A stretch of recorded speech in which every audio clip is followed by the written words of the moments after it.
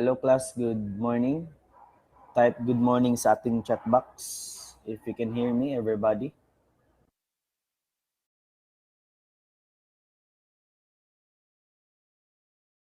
Ayan. So, for today, we will be discussing cables and arches. Pero for today, we will be focusing on cables po muna. So, syempre, before we proceed with our solution, discuss po muna natin what are cables. Ano yung mga formulas na ginagamit or saan na-derive yung formulas na ginagamit po sa cable. So, let's start. So, cables are often used in engineering structures for support and to transmit loads from one member to another. No? So, when used to support suspension roofs, bridges, and trolley wheels, cables form the main load-carrying element in the structure. So in the force analysis of such system, the weight of the cable itself may be neglected. So, syempre, may weight yung cable. Pero if we are computing its forces, internal forces, nineglect na po siya kasi maliit lang masyado. So negligible na siya. However, when cables are used as a guise for radio antennas, electrical transmission lines, and derricks, the cable weight may become important. Lalo na no, kapag yung specific na masyado yung ginagamit para sa kanya and must be included in the structural analysis. So two cases will be considered in the section that follows. First one is a cable subjected to concentrated loads and a cable subjected to a distributed load. So provided these loads or loadings are coplanar with the cable, the requirements for equilibrium are formulated in an identical manner. So, for this one, no, dito po galing yung ating mga, syempre hindi na natin isa-isahin kung saan galing. I will just be posting here the derivation of formulas. Pero matatagalan po tayo kapag i-discuss pa natin deeply no, using integral and differential calculus. So, ayan po yung pag-derive ng formula na ginagamit sa cables. So, for this one, ayan, flash ko lang siya. So, realize that we have neglected the weight of the cable, which is uniform along the length of the cable. So, and not long along its horizontal projection. So, that yan yung tinatawag na catenary curve. However, if sag to span ratio is small, which is the case for most structural applications, this curve closely approximates a parabolic shape as determined here. So, kumbaga, yung pag-analyze natin dito is ma-relate po natin sa parabola. Because, kumbaga, parang for the sake of analysis, ginawa pong parabola yung shape ng ating cable. So, sulat natin yung mga important na mga formulas na magagamit natin for cables. So, cable, ito yung mga important formula natin. First one is yung, for example, no, we have here an image or figure.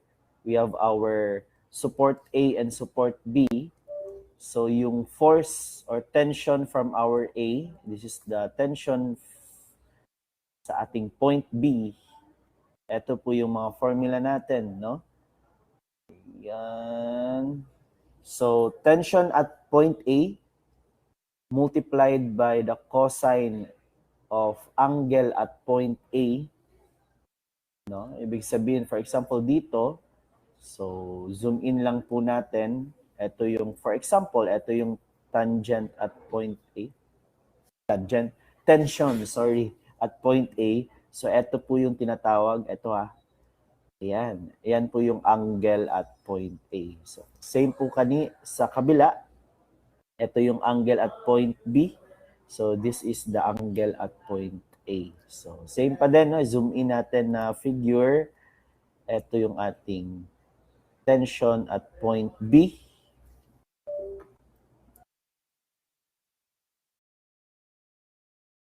Ayan po. So, ito yung angle at point B. So, okay. Okay. So, next is, continue natin yung formula. Tension at point A multiplied by cosine of angle at point A is equivalent to our force horizontal. Take note po, when it comes to cable, kahit saan yung location ng ating horizontal force that is constant. For example, dito ka. This is our FH. Same lang po siya dito. FH. So, at any point of our cable, our horizontal force or tensional force na horizontal is just equal. Okay? So, next, this is our first formula. Ayan, pakitandaan po, pakisulat. Second formula po natin is galing sa tawag dyan, parabola. Diba? So, y is equivalent to WO. So, ibig sabihin po ng ating y is yung height at a certain point. Diba? From datum sa ilalim papunta sa highest height, depende kung point A or point B. So, WO is our load, uniformly distributed load. For example, this is our WO, uniformly distributed load, pababa. For example, no? So, the uniformly distributed load is kilonewton per meter or pound per foot, etc. Divided by 2 times FH. Again, FH po natin is constant all throughout our cable, then multiplied by x squared. Ayan. So, ibig sabihin ng x squared po, for example, you have our datum. For example lang nga, ito yung lowest point natin. Datum. So, for example, ito, hindi po pantay yung ating cable ng height. So, magkaiba po sila ng distance, no? So, for example, this is our x sub B and this will be our x sub A. Ayan. So, ibig sabihin, dito papunta dito, ayan, this will be our y sub A and this will be our y sub B. So, ganyan po siya. Kung we are solving about our A na part, so gamitin mo yung A, y sub A, x sub A. Kapag dito naman tayo sa right side na part nagsosolve, so ang gagamitin natin na mga distances is y sub B and x sub B. So this will be our second equation. Next equation na pwede natin magamit is overall, kumbaga yung total or yung highest na elevation, that is our H. So, kumbaga, same lang sila dito sa second equation. WO, then L squared. Yes, you're raising your hand or baka napindot lang. If you have any concerns, just type sa ating public chat or open your mic. Then divided by 2 times FH. So this is our third equation. Again, similar lang po sila sa second equation. Yung H na pinag-uusapan is yung highest na elevation. Yung L na pinag-uusapan is, kumbaga, from our datum papunta sa point na yon. Hindi po siya total length ha. That is a common mistake. So, L is length sa datum papunta sa point sa highest elevation. Next formula na magagamit natin is yung Tmax. Ibig sabihin yung maximum po natin na tension. Pwede po siyang makuha, that is the square root of FH squared. So para po siyang Pythagorean, no? Plus WO times L squared. Ayan.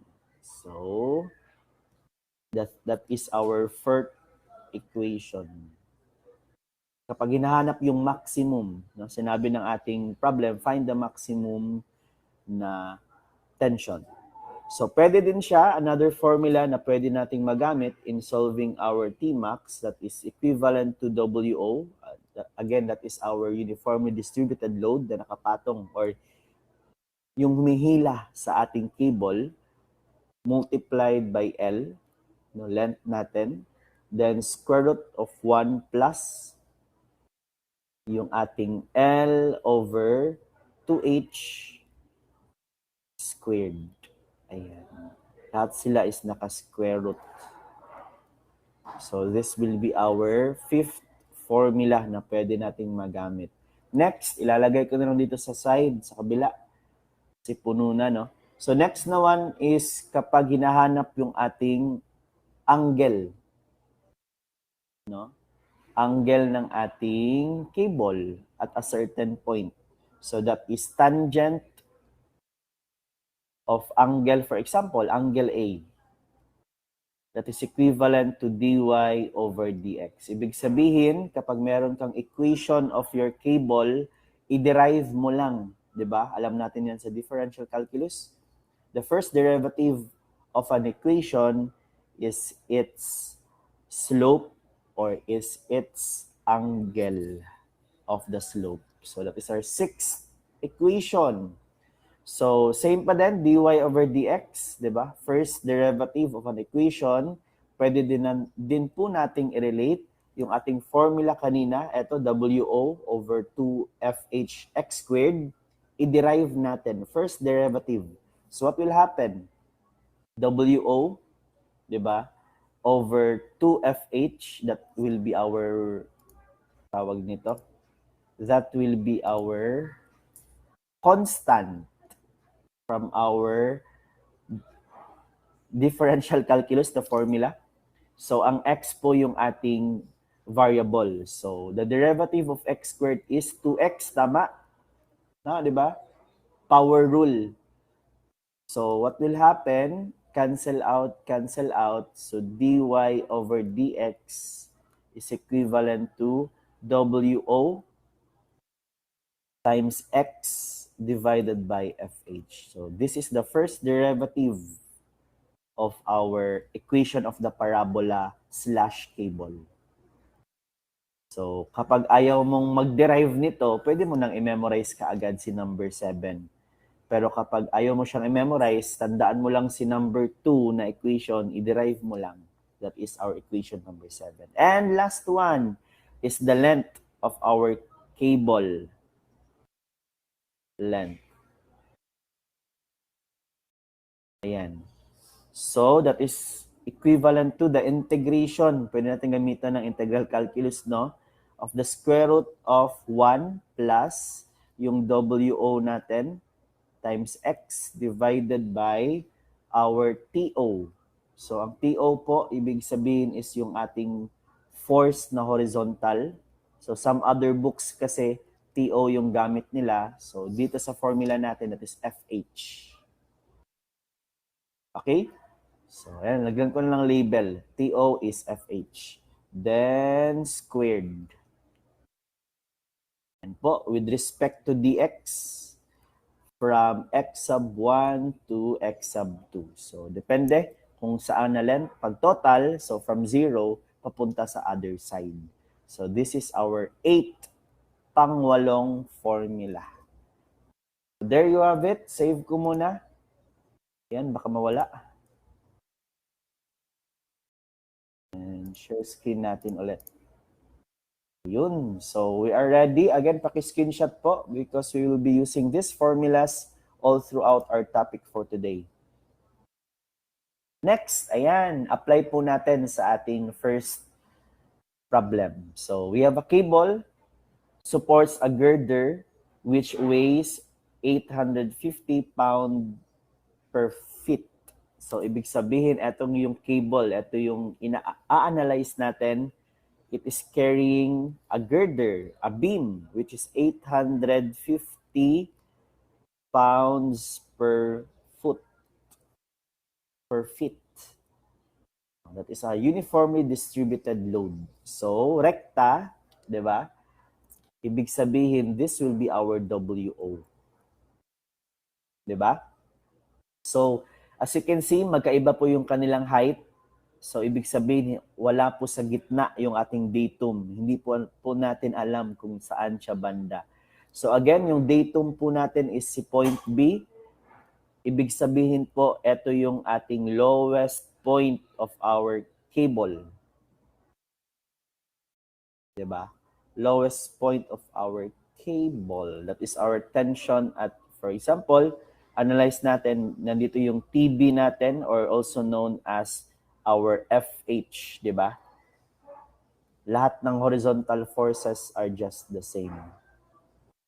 So, start tayo. Ano yung hinahanap? Determine the tension in cable at points A. So, eto, point A.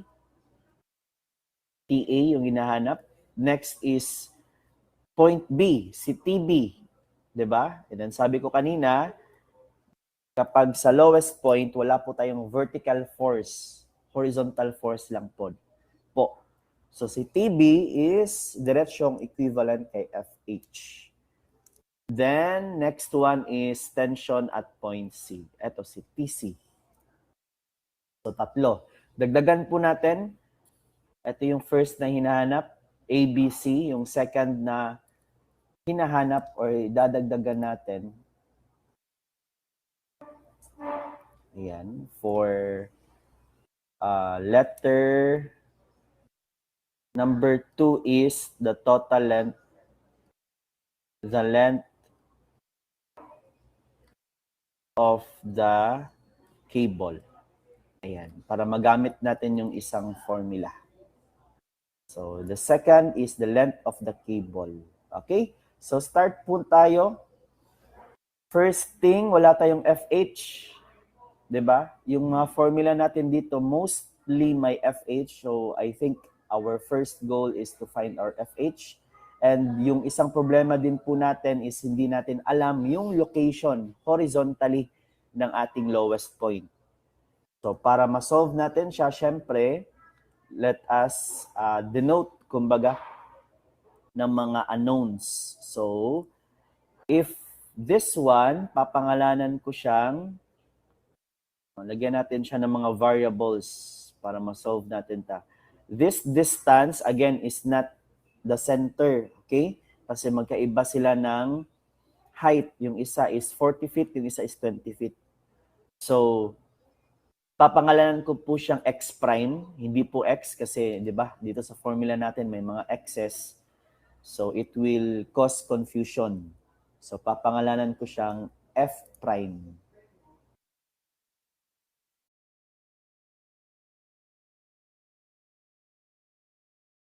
Hindi maglabas kasi sabi ko sa GC, di ba, they need to accept before we start our class.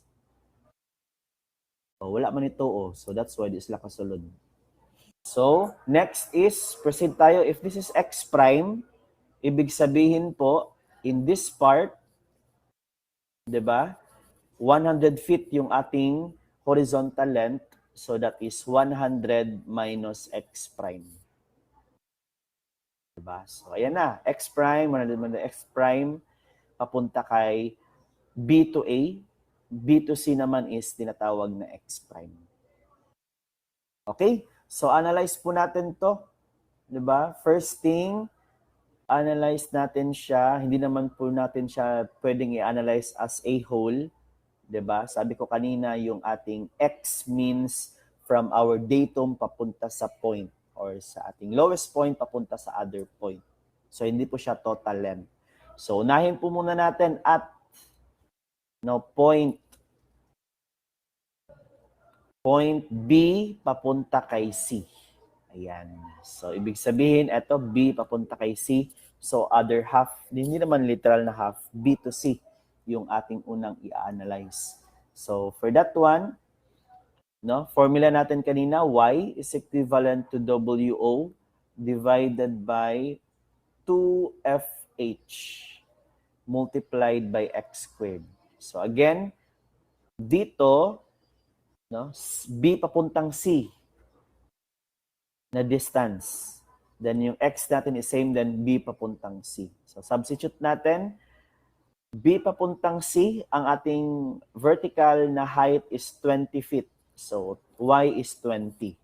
WO natin is our uniformly distributed load, that is 850 divided by 2, then FH. Yan yung hinahanap natin, kumbaga, yan yung ating force horizontal, which is constant anywhere sa ating cable. Then X is the distance from B to C. Hindi po siya total distance. So, that is X prime. Ayan po, pinangalanan natin siya kanina. So, lagyan natin ng squared. Ayun. So, simplify lang po natin in terms of force horizontal, FH. Ayan. So, share screen ko muna para makita lahat. Ayan. So, I hope that you could see my calculator, ha? Then, I hope that you will also use your calculator there. So, pag ilipat sa FH sa kabila, so we have 850, di ba? Divided by 2. Then, si 20, ilipat natin also sa kabila, so times 20. So, magiging 21.25. So, this is 21.25 x prime squared. Okay ba? So, again, nilipat sa kabila si 20. So, 850 divided by 2 times 20. So, this will be our first equation. Ayan. Hanggang dyan lang po siya kasi, syempre, dalawa yung unknown natin. Okay, next. Let us proceed naman sa ating point A tsaka B. Okay? So, ang gagawin ko, hiwalay ko muna siya.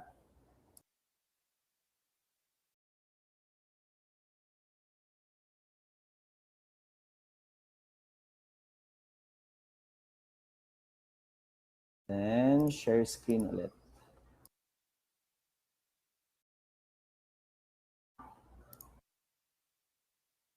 Ayun. So, ito yung kanina. Ayan siya, first equation. So, next thing that we need to do is same pa din, no? Cut natin at point. Analyze natin siya at point B to A. Ayan. So, same pa din yung formula. Y is equivalent to WO divided by 2 times FH times X squared. But in this point, B papuntang A po yung i-analyze natin. So, i-drawing ko lang po siya ulit.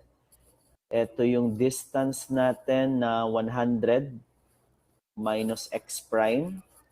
Ito sa kabila is our X prime, 100 minus X prime. Ayan.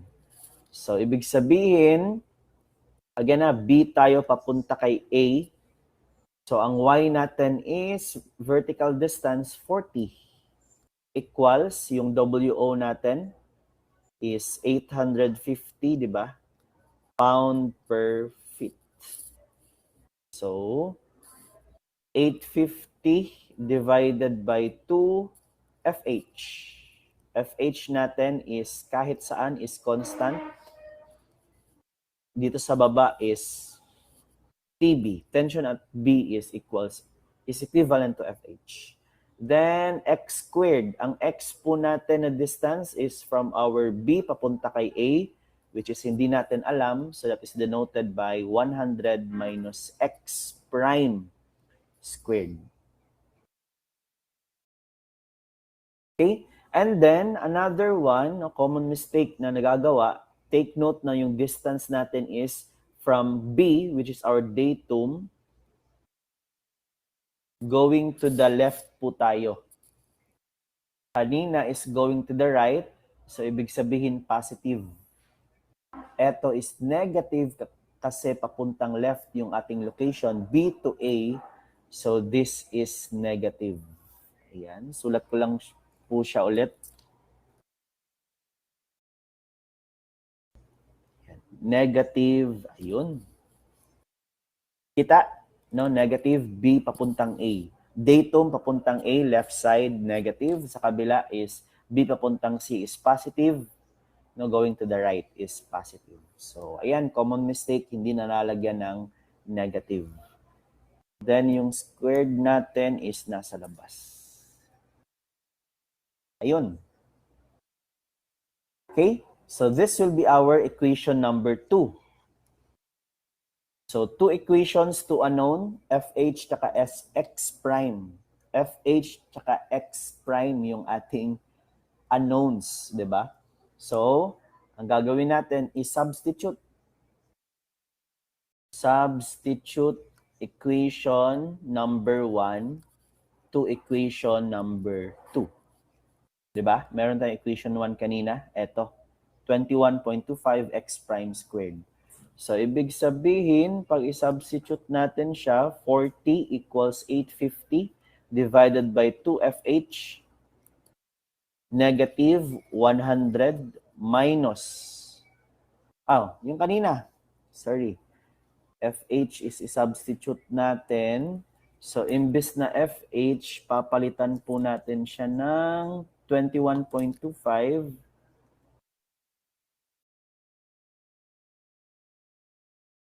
x prime squared. Ayun.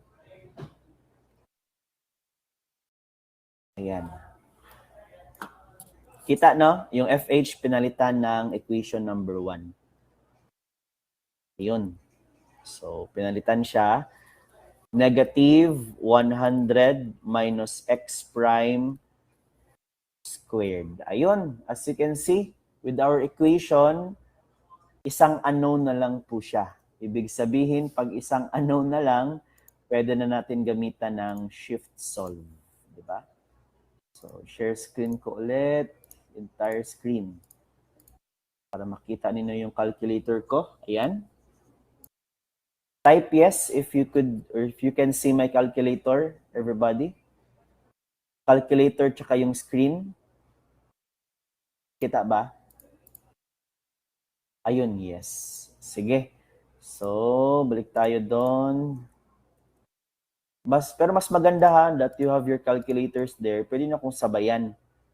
So that you can practice. Bakit naka-complex mode? Ayan.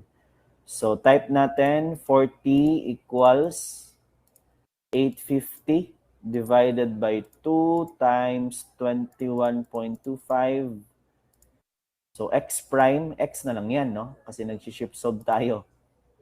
So, that is just a representation, negative 100 minus x prime, then overall sila na naka-squared. Ayan. Shift solve, ayan. Yung ating x, which is x prime, is 41.421. So, ibig sabihin po, yung distance from datum papunta kay C or B papuntang C is 41.421 feet. How about yung sa kabila? Si 100 minus x prime. So that is 100 minus 41.421. Calculator po natin. 100 minus 41.421. That is equivalent to 58.579. 58.579 feet. Ayan, meron na tayong measurement. No, pwede na natin siyang makompleto, kumbaga. Okay? So, for this one, dy over dx, meron na tayong, distances. So, pwede na nating makuha si FH. Ayun. Nag-analyze pa, no? So, punta tayo dito. Equation 1. Since meron na tayong, tulat ko lang siya ulit, FH is equivalent to 21.25 x prime squared. Since meron na tayong x prime, ibig sabihin, makukuha na natin si FH, di ba? So, FH is equivalent to 21.25. X prime po natin is 41.421. Ayan. Squared. So, FH po natin, yes, pwede na kong sabayan pag-calculate. 21.25 times 41.421 squared is 36,458.609. So that is 36,458 point, ano yun? 609. That is in pounds. Meron na tayong FH. Next, yung goal natin is yung tension at A, tension at B, tension at C. 'Di ba? Tingnan natin sa formula, before natin makuha si tension at A, kailangan natin si FH, which is nakuha na natin. Ang problema, wala pa po tayong angle of A, angle of B, and angle of C. So that will be our next step. Okay? So save po muna natin to. Baka mawala, no? Ayan. So punta tayo kay tangent of A. So dito tayo ha. Tangent of angle A, 'di ba? Meron tayong equation kanina if we are finding, 'di ba? Our tangent A or angle, pwede nating i-relate si equation number 6 and 7. 'Di ba? So ibig sabihin, meron tayong last na formula, tangent at angle A is equivalent to, so equation 6 and 7, pag i-combine natin sila kasi naka in terms of dy, that is WO x over FH. Ayan. So this will be our equation number 9. Gagamitin natin yan para makuha si tangent or angle A. So ibig sabihin, this is equivalent to WO x over FH. Para mamaya, diretso tayo, no, makuha natin kaagad si angle A, ilipat ko na lang si tangent to the other side. So, di ba, pag ilipat sa kabila, magiging arctan or tangent raised to -1 sa calculator. Di ba? Then, WO x over FH. Ayun. Okay, so start tayo. Paano kunin si angle A? Substitute na lang natin lahat. Tangent of -1 or arctan, WO po natin, is 850. Then x, di ba? Pag sinabing x is from our datum papunta sa point na ina-analyze natin. So that is 100 minus x prime. Nakuha na po natin kanina. That distance is 58.579. So this is 58.579. Then, syempre, nakuha na din po natin sa FH. That is 36,458. 36,458.609. Ayun. So, calculator po. Ayan. Kita ba? Kita man, no? Naka-whole screen man siya. Yes. Ayan. Pwede na akong sabayan ha, so that you can practice using your calculator. So, tangent na arc, so the shift tan. Tama? I-reset ko muna. Shift tan, then 850 times 58.579 over 36,458.609. Ayan. Our angle is 53 degrees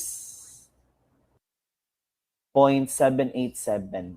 788 na lang, no? Round up tayo. So, angle of A is 58.788 degrees. Tama? Tama ba yung nakuha ninyo? Yes, you can send sa public chat ha, para may participation din kayo. Ayan. So, yun angle at point A. So, balik tayo. Pag may angle na, may FH na, makukuha natin si TA.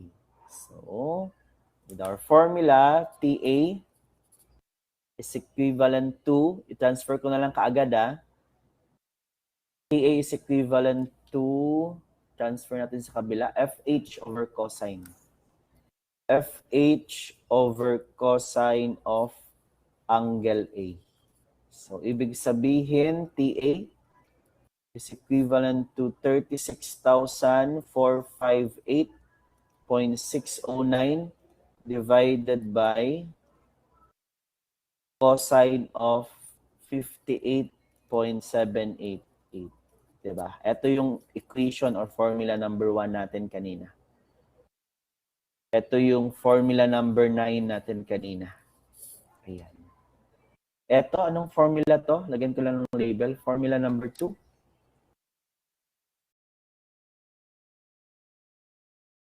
Kaso nag-equation 1, equation 2 tayo, no?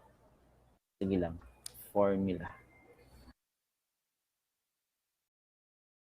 Bahin ko na lang yung box niya. Ayan, naka-square. Ibig sabihin galing sa ating formula na na-derive. Ayan. Then, ito, si formula number 9. Ito is galing kay formula number 1. Ayan. So, TA natin, yes, na-compute na ba ninyo? Ayan.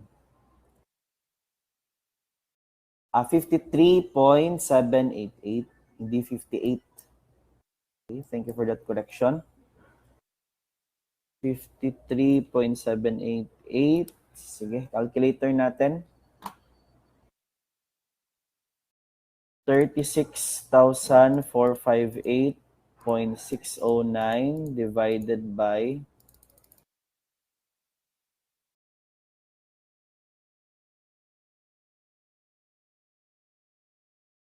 cosine of 53.788.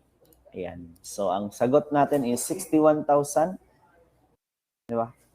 61,713.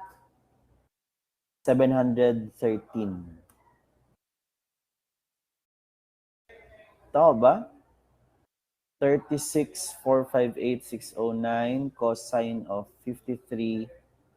Ayan, that's correct. So, this is 61,713.224 pounds. Or kapag, for example, yung hinahanap is naka kilopounds, divided by natin sa 1,000, 61.7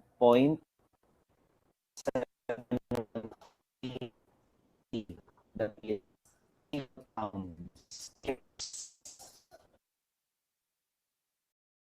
Ang hanap is pounds a variable. Ayan. Keep muna natin baka mawala. So, next proceed tayo sa same procedure literal para sa ating point next natin. Point C muna. Point C.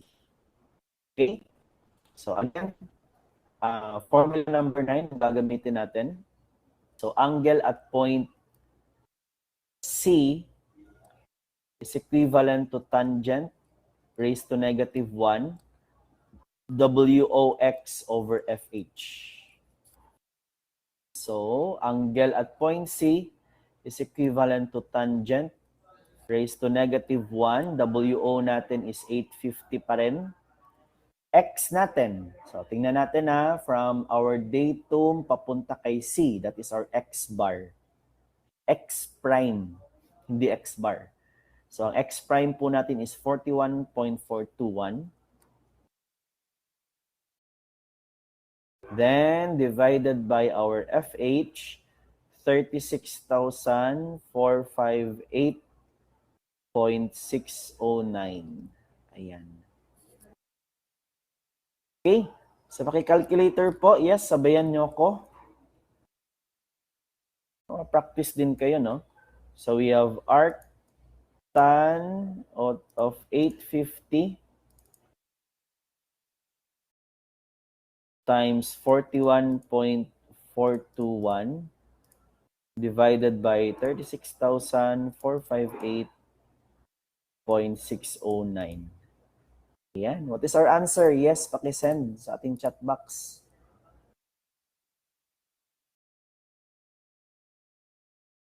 Anong 44? May mali ako nasulat? 44 ang answer, sir. Ay, sorry. Saktong 44. Ano ba yan? Akala ko 41, dapat 44. Sakto pala. 44 degrees. Ayan, sakto. Maliit masyado yung decimal. Yes, that is correct. 44 degrees. So next, proceed tayo. Same pa din dito. TC is equivalent to FH over cosine of angle C. That is coming from our formula number 1. So, substitute po natin, TC is equivalent to 36,458.609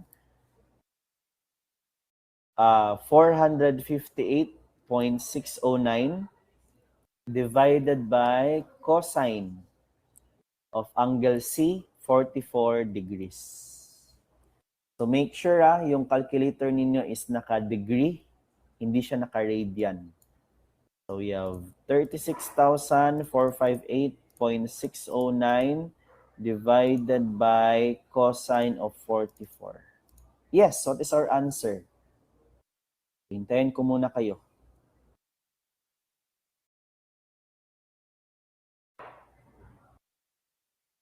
Yan, that is 50,686.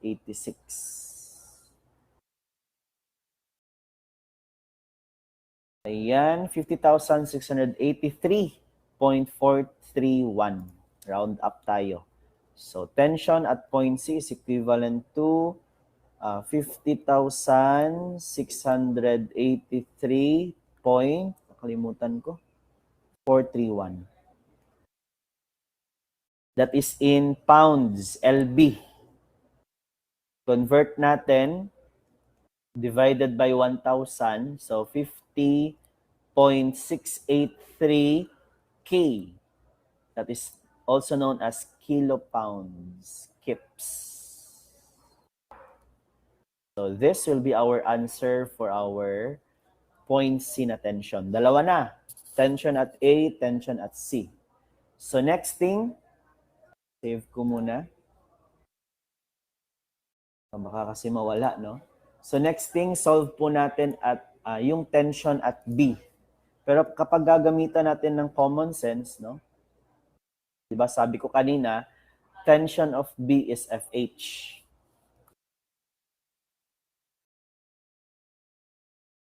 Diba? So ang sagot natin kaagad, yung FH natin, 36,458.609.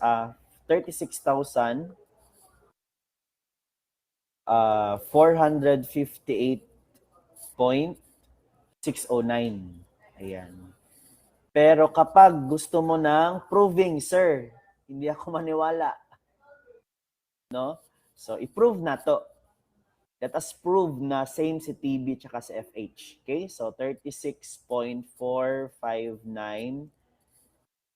kips. So, again, same ng ating procedure kanina, no? Again, let us prove.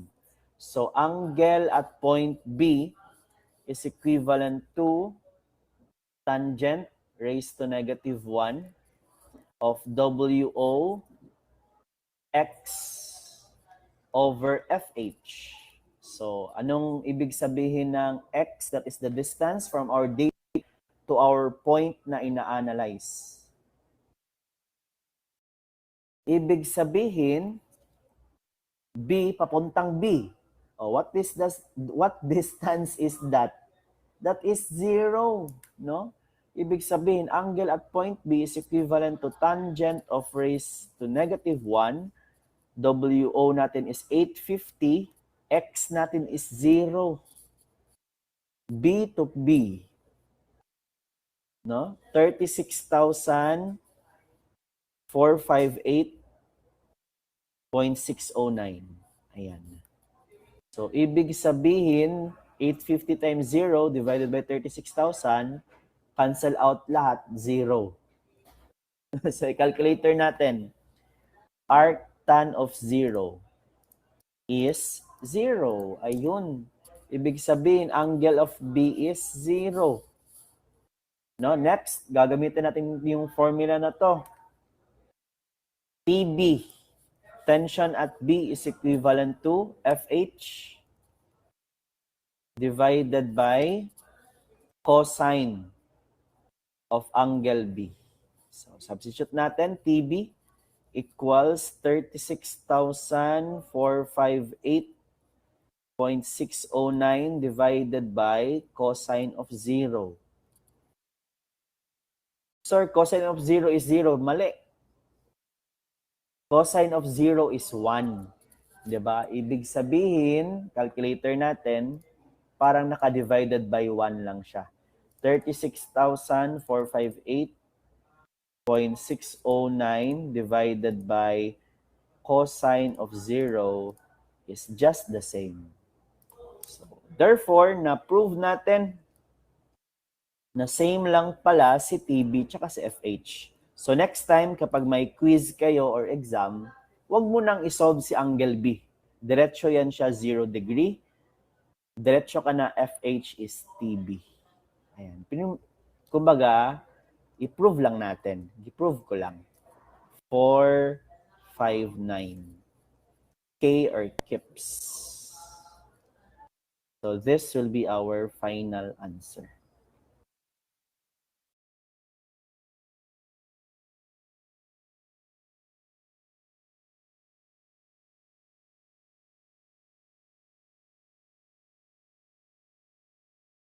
Ayan, final answer. Okay, save po natin. Ayan, baka mawala. Then, let's proceed. Ano pa yung hinahanap? Tapos na tayo kay ABC. Ayan, yung dinagdag ko, the length of our cable. So, syempre, meron tayong formula niyan. Ito, S length is equivalent to the square root of 1 plus WOX over TO squared dx from X1 to X2. Okay, gamitin natin yan. S length is equivalent to the integration of ang bilis ko makalimot, no? 1 plus WO times XTO. Palitan ko na lang ha, FH. Same lang siya kay TO. Squared dx. Ayan, from X sub 1 to X sub 2. Okay, let's substitute everything. We have SL is equivalent to, again, X sub 1 po natin is galing sa point sa left side. Ito yung datum natin. So baka ilagay mo nga 0, 100, that is wrong. Dapat ang pinakasakto na sagot is yung nakuha natin kanina. 58.579, pero going to the left tayo. So that is negative. Negative 58.579. Then, from datum, papuntang right, B papuntang C, that is our X prime, 41.421 positive. 41.421. Then square root, 1 plus, WO natin is 850. Ang X po natin is, wala, X. Kasi this is integral calculus. Huwag mong lagyan ng value ha. Divided by FH. 36,458.609. Ayun, squared. Ayan po, pakitype sa calculator at marunong ba kayo mag-type ng integration sa Calcu? I hope marunong kayo, no? Sige, type natin. Pindutin lang to, integral sign. Square root. 1 plus, open parenthesis, 850 x over 36,458.609. Ayan, squared. Then, ayan na, hintayin ko kayo. What is your answer? Lower limit, upper limit is 41.421. Yes, what is your answer? Yes, very good. That's correct. Tingnan natin. That is 120.721 feet. 120.721 feet. Ayan. Ibig sabihin, we're done with our first problem for today. Save natin siya. Again, if you have any questions, just type sa ating chat box. If none, proceed tayo sa ating second, which is our last problem for today. Walang question? Sige, proceed tayo with our second problem. Ito po, same pa din, yung cable IH yung ating i-analyze. The suspension bridge in our figure is constructed using the two stiffening trusses that are pin connected at their ends C. So this is pin connection daw, pin. So, may internal hinge tayo, kumbaga. 'Di ba? Pag may pin sa gitna, pwede nating i-cut. 'Di ba? So, supported by a pin at A and a rocker at B. So, pin daw at A, lagyan ko na lang ng figure . So, pag pin, 'di ba, dalawa yung forces. We have FAY, then we have horizontal, FAX. Then sa kabila daw is rocker. So, parang roller lang din po yan. Pag roller or rocker, isa lang yung ating force, FBY. Determine the maximum tension in cable IH. So, ito yung IH natin na cable. The cable, maximum tension. So, yung hinahanap natin is Tmax. The cable has a parabolic shape. Yes, the bridge is connected to single level 50. And wala siyang bigay na ang bigay po is force 50. So, tayo po ang convert ay 50 Newton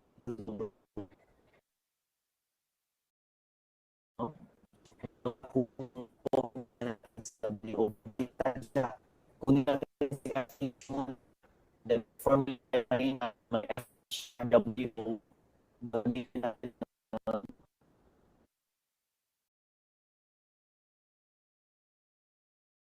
hello?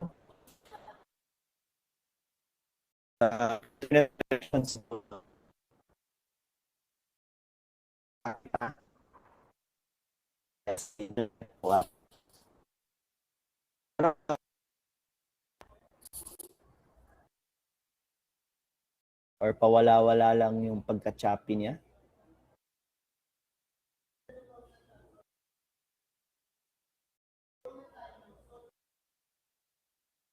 Pawala-wala. Hello, check. Sige, I think sa internet lang yun, no? But again, chat lang ulit kapag choppy na siya ulit. Ano daw? Sige, so this is pin again. So pwede tayong mag-cut dyan. IH, ang hinahanap natin is yung maximum natin na tension, Tmax. Ang binigay is 50 kN na load. Hindi po siya uniformly distributed load. Okay, so ang gawin natin, cut natin, no? Hanapin muna natin si FH. 'Di ba? Andito. Ito yung datum natin. Datum. So, sa datum natin, dyan nakalagay si FH. Pwede na tayong magputol dyan. That is our TO, kumbaga. Same lang sila. So, sa taas, same pa din, no? So, this is our tension at point I, si TI. And as we all know, Dalawa yan. Si force I na vertical and si force I na horizontal. 'Di ba? Pag i-Pythagorean mo siya, yan yung TI. Then alam natin kanina, kahit saang point si FH is just the same. Ibig sabihin, si FIX is si FH pa din. Same dito sa kabila. No, dalawa yung force natin. This is our FHX, also known as FH. 'Di ba? Kahit saan ilagay yung horizontal load, FH pa rin siya. This is our FHY. This is our tension at H.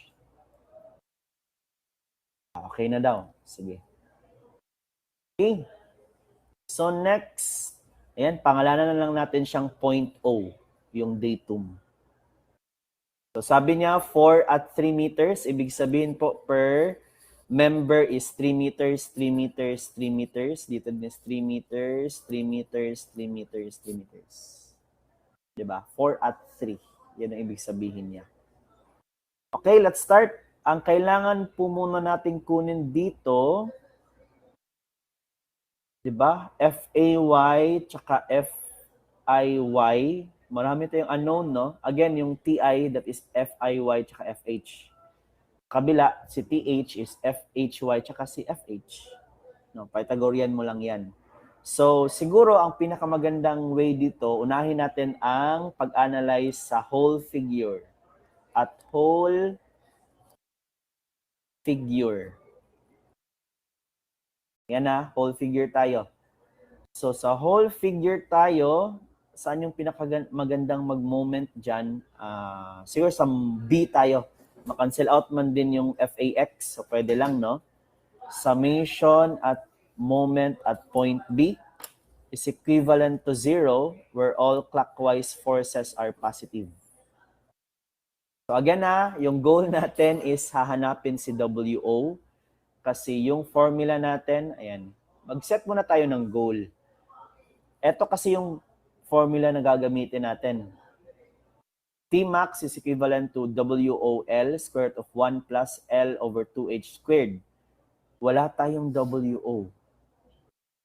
So, hahanapin muna natin sa WO. Paano kunin si WO? No, eto, may WO. Wala tayong FH. So, before natin makuha si WO, kunin muna natin si FH. Paano kunin si FH? Mag-moment tayo, mag-cut para ma-expose si FH. So, balik tayo sa statics and sa theory. Statics and sa mechanics. So, that's why nag-moment tayo. Okay? So, moment at B, FAY natin. Distance niya is 12 plus 12. FAY. 24. 12 plus 12 is 24. And distance point B. Next, clockwise siya, di ba? Kasi tayo kay FH. Ni point I. So, negative kasi counterclockwise, FH ni I. 'Di ba? FIX is FH. Distance niya is 6 plus 8. Ito, 8 plus 6 is 14. Next, ang FH ni point H is positive. Then same din, yung distance niya from point B is 14. Sino pa? Ito, si FIY. Di ba? So, FIY is positive rotation. Distance niya papunta sa ating sa ating point B is 24. Sino pa? Meron pa. Si 50. Si FHY is canceled out kasi wala siyang distance. Tama? Wala. Hindi siya kasali. Si FBY is also canceled out. So, last na lang si 50. So, 50 is counterclockwise. So, minus 50. Distance natin is 369. 9 yung distance. So, that is equivalent to 0. Ayan, nakabuo na tayo ng first equation. I-divide lang po muna natin. Diba? I-simplify natin. Unahin natin si FAY. So, that is 24 times FAY. Next is si FIY. Where are you? Plus 24 times FIY. Then si FH. No? Cancelled out. Tama, di ba? Cancelled out kasi same lang sila. Then si 50 times 9. Hindi marunong mag-mental math, no? That is 450. So, lipat natin sa kabila, magiging positive 450. Ayan. So, pwede na to, pero mas maganda simplify na lang natin. Ibig sabihin, i-divide natin silang lahat sa 24. So, magiging FAY, 24 divided by 24, so canceled out lang. Same dito, FIY, canceled out. Then, si 450 divided by 24 is, ayan, 18.75. So, this will be our equation number 1. Diba? Again, yung goal natin is si FH. Sa equation number 1, wala pang FH. So, next, proceed tayo. How about si FH? Paano siya kunin? Siyempre, para makuha po siya, mag-cut tayo, hatiin natin siya. Ayan. So, nakadrawing na siya. Ayan, nakakat. Makita man, no? Na-conscious. Ayan, nakita. So, cut siya. No? So, at section 1-1. Diba? So, drawing ko yung pag-cut, ha. Dito po siya nag-cut. Then, eto na section. Yung left side po yung kinonsider niya. So, at section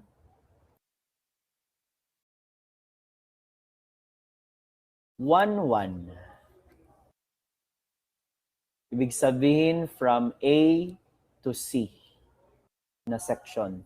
So, again, pag-cut sa kanya, na-expose si FH.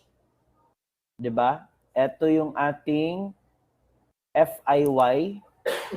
Ibahin ko lang yung label niya, ha. FIY, ito yung FH, ito yung FAX, ito yung FAY natin. Ayan. Okay, so ang goal natin, kunin si FH. So, wag tayong mag-moment kay FH, di ba? Maka-cancel out siya. So, saan yung pinakamagandang mag-moment dito? I think kay C. No? Try natin. Summation of moment at point C is equivalent to 0 where all clockwise forces are positive. So sa point C ako mag-moment kasi wala tayong, para ma-cancel out si CX tsaka si CY. Diba? Then, sakto, meron tayong FAX tsaka FIY kanina, magagamit natin siya. So, unahin natin first, si FAX, canceled out, so hindi kasali. Kasi wala siyang distance or perpendicular distance kay C. Next, si FAY, positive yung kanyang rotation. Distance niya is 12. Next is si FH, kay point I. Counterclockwise yung kanyang rotation, di ba? Marunong naman kayo mag-moment, no? So, negative. Then, distance niya na perpendicular papunta kay point C is 14. Next, si FIY.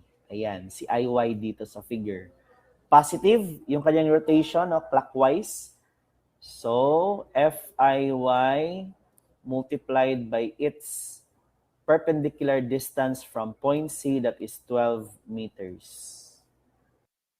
Plus, last one, at point O, meron tayong FH, yan yung lowest point natin. Ito yung datum natin. So that is FH, clockwise yung ating rotation, so positive times 6. That is equivalent to 0. Ayan. So kompleto na, same pa din kanina, i-ano lang natin siya, i-simplify na same dito. Nakauna sa FAY, so we have 12 FAY. Same format lang natin sa kabila, then si FIY. So plus 12 FIY. Then ang FH natin dito,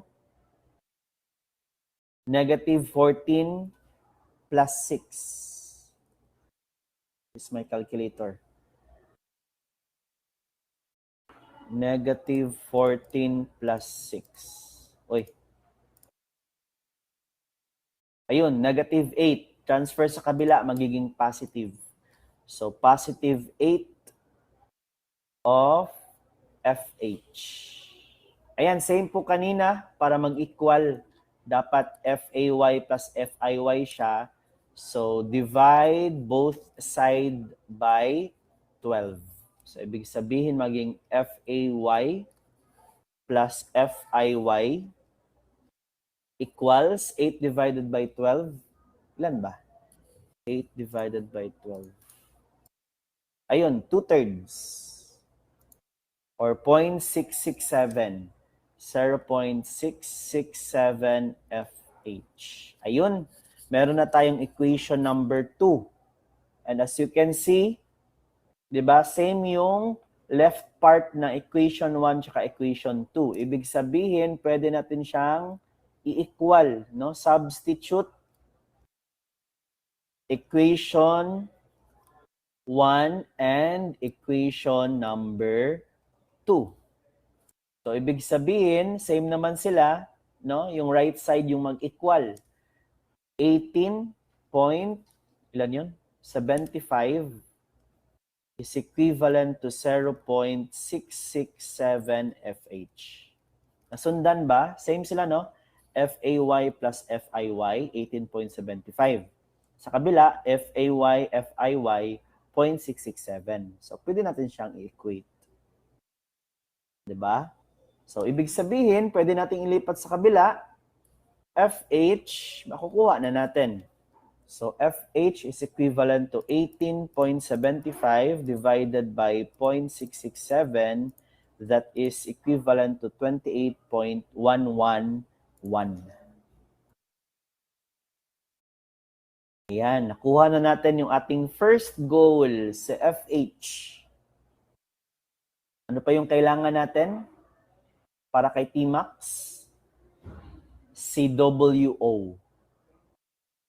Next, sige, kunin natin si WO. So, ang pagkuha kay WO, pwede tayong gumamit ng formula.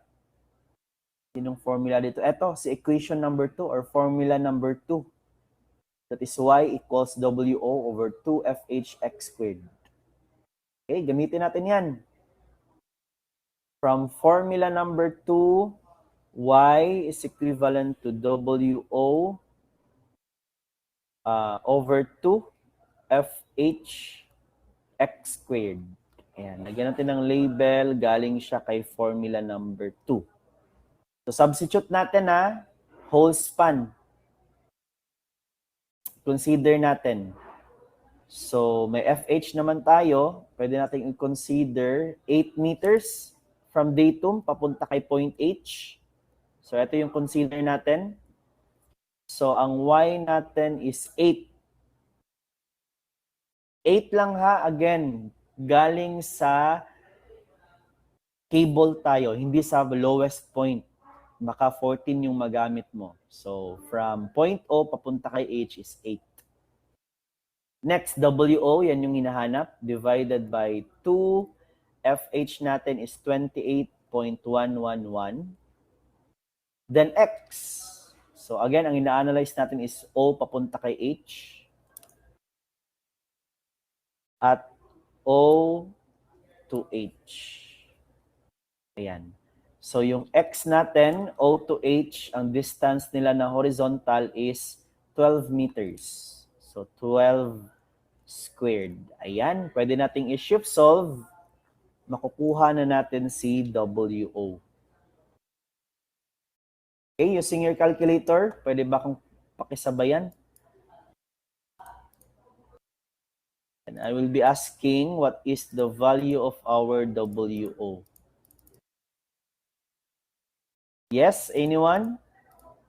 I-type sa chat box. Shift solve, input ng any number na positive para mas mabilis lumabas, equals. Sige. Wait ko kayo. Is that correct? 3.124. How about the others?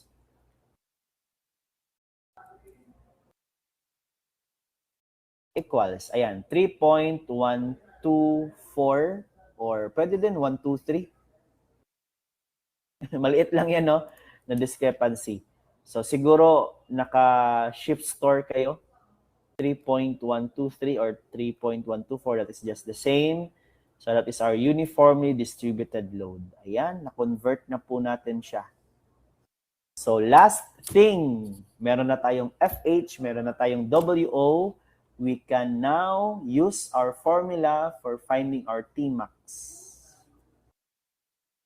Diba? Tmax natin is, eto, WOL square root of 1 plus L over 2H squared. Sige, substitute natin lahat.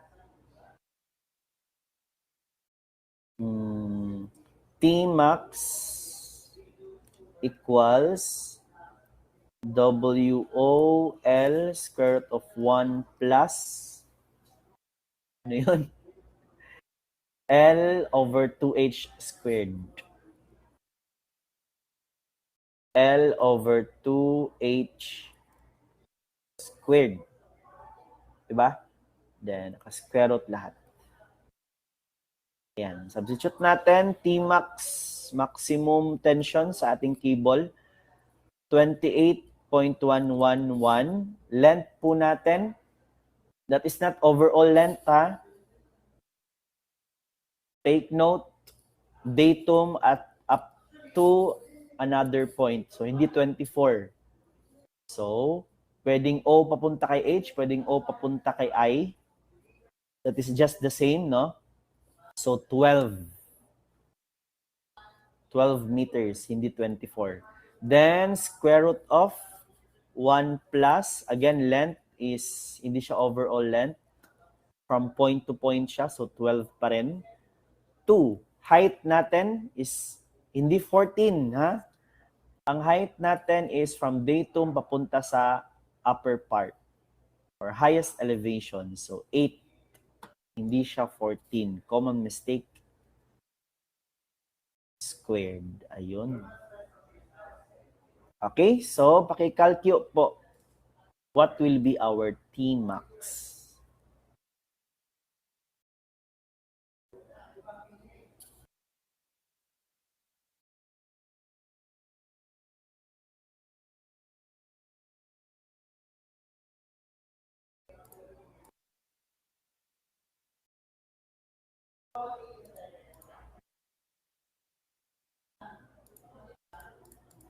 Ilan ba?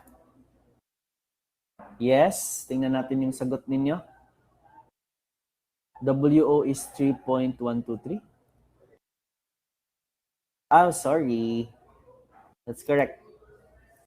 Ipalitan lang po. WO dapat is 3.123. Saan ba ko galing doon? FH yung nalagay ko. Sige, pakiulit. And what is our answer?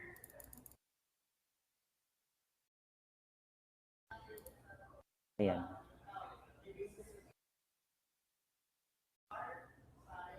Yes, pakiulit. 3.123 pala. Ayan, that's correct. 46.845. That is our Tmax.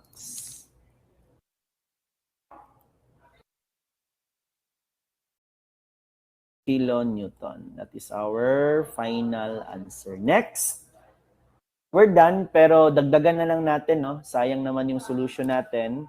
So, number 2, find the length of cable.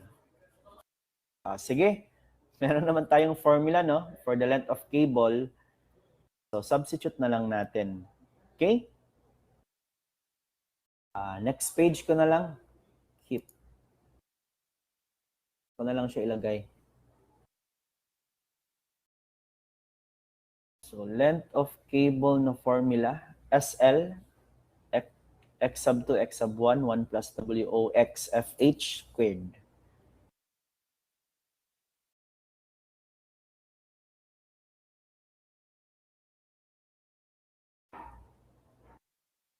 Sige, sulat natin. SL equals x sub 1, x sub 2, square root of 1 plus, limutan ko na, WXFH squared. WOXFH squared dx. Ayun. Substitute natin SL equals. So, based dito sa cable, 12 tsaka 12, 12 tsaka 12, no? So, negative 12 sa kabila is positive 12. Then, 1 plus, WO natin is 3 point, ano yun? 1, 2, 3. X over FH natin is 28 point, paki-calculator po, 111 squared. Ayan, paki-type sa calcu.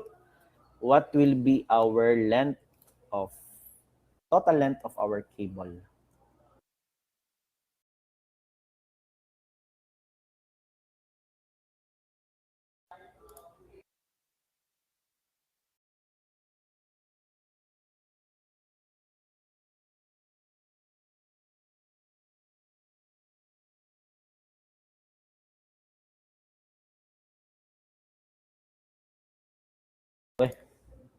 Squared dx.